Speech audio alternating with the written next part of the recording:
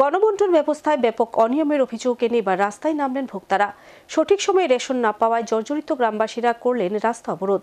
ঘটনা ধর্মনগরের মঙ্গলখালী এলাকায়। আর এই খবর পেয়ে ঘটনাস্থলে ছুটে গিয়ে অবরোধকারীদের সাথে কথা বলে সমস্যা সমাধানের আশ্বাস দিয়ে অবরোধ মুক্ত করলেন স্থানীয় মহকুমা শাসক। দাবি আদায়ের ক্ষেত্রে রাস্তা অবরোধ করা এখন রোজ নামচায় পরিণত হয়ে গেছে রাজ্যে। সরকারি আধিকারিকদের বাধ্য না করলে ন্যায্য পাওনা পাওয়া যাচ্ছে না বলে গ্রামবাসীদের মধ্যে অসন্তোষ দেখা দিয়েছে।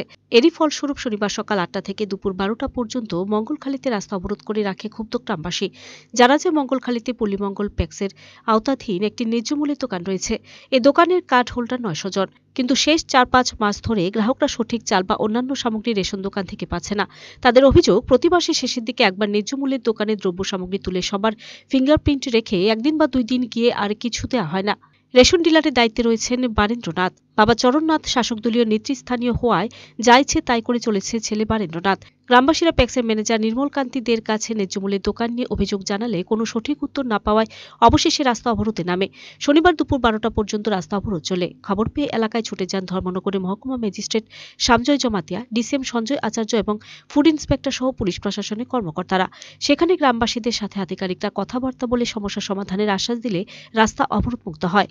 আধিকারিকরা আরও জানায় যে এখন থেকে প্রতি মাসে ন্যায্য মূল্যের দোকানে গ্রাহকরা সঠিক সময়ে সরকারি দ্রব্য সামগ্রী পাচ্ছে কিনা তা নিয়ে পর্যবেক্ষণ করা হবে।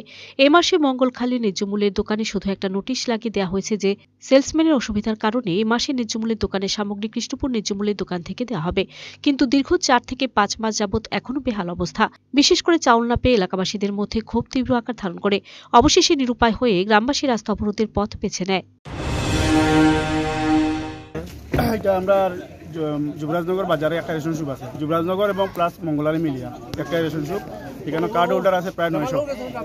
আজকে বিগত 4-5 মাস থেকে এখানে মানে ডিলারশিপের মাধ্যমে প্যাক্সের আন্ডারে আর কি এখানে ডিলারশিপ দিছে। ডিলারশিপে আমরা প্রতি মাসও 20 তারিখ 25 তারিখ আইলে আমরা এখানে চাউল পাই। এর আগে আমরা কোনো মাল নাই, খালি চাউলটাও উঠে আর কোনো এক মাসও চিনি পাই আটা চাটা এটা কিচ্ছু নাই। কিন্তু আবার পরে যখন 25 তারিখ মানুষ আইলো, আয়ো তো ভিড় ধরলো, চাউল আনলো সীমিত, আনার তো চাউল দিয়ে বইতে পারলো না। এরপরে কইলো এটা মানে ফিঙ্গার দেন, ফিঙ্গার না থাকলে মালটা উঠাইতাম পারি না। ফিঙ্গার দিয়া টাকা দিল, দেওয়ার পরে কালকে বা মাল আইব আপনারা নিবাগে সবাই। কালকে কই আর 30 তারিখ পর্যন্ত তারা পাইছে না, আজ না খাইল না পড়ু দেখছে মাল দিছে না, আন না এই না সেই না তা কইয়া এই মাসও গেলে কি তো তাই আর উদাওয়ার নাই। মাসের 15 তারিখ ফিরিয়া চাউল উঠাইলো কিছু, উঠালি করে আবার তো কেন এই রেশন সুপ তাকে প্রায় এইখানে লাইন হইব মেইন রোডে পুরা বেরিয়া।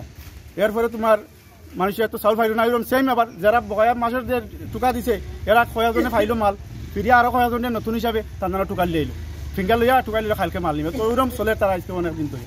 বিগত এই ডিসেম্বর মাস থেকে আমরা টুকা দিছে কিছু মানুষরে, দিয়া কইছে চাউলটা ফাইবা আপনারা, হ্যাঁ করি আমি 2 একজনের পিছিয়ে দিলেই আর জানুয়ারির 1-2 তারিখ চাউলটা ফাইলিবা কইছে, তার মাত্র মারছে। আমরা এখানে আর দিছি না। আজকে দেখা যায় অনেকদিন এই গেছে 8 তারিখ বোধ হয় আমরা এখানে মানে এখান থেকে মেশিন টিশিন সব কিছু লইয়া গেছি। লইয়া যাওয়ার ক্ষেত্রে কি আমি প্যাক্সের ম্যানেজারটা আমি ফোন করছি। প্যাক্সের ম্যানেজারটা কইলাম স্যার দেখো আমরা মেশিনটা রেশন টেবিল লাগিয়া কারণটা কিনা কইলো না, তুমি জানি এই মাসের মালটা এখান থেকে নিতে হইব, এই কৃষ্ণপুর থেকে নিতে হইব। এটা ডিলারে জিও করছে, মানে দেখো এটা জিও করলিছে আর কি, উদ্যোগ করছে 1 মাস নিতে পারতো না। এটা কইলাম তো আমরা বহায়া যেটা চাউলটা পাইতাম আমরা কিরম পাইব এটা হইলো, এটা আমরা জানি না, এটা তুমি তার ব্যক্তিগত ব্যাপার, তারা ধরো গিয়ে দাও। আমরা কইলাম দেখো তারা ব্যক্তিগত ব্যাপার, রেশন যুগে আমরা তারা পাই না, তারপর এত বাড়িতে গিয়ে আমরা তারা অ্যাটাক করতাম পারবো না। হইলো খরো গিয়ে দাও বাড়িতে, আমরা এটা জানি না।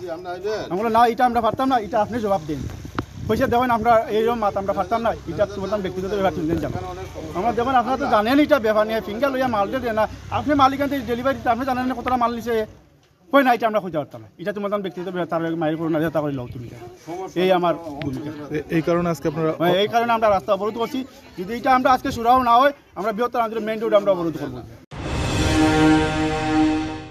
Video report search India.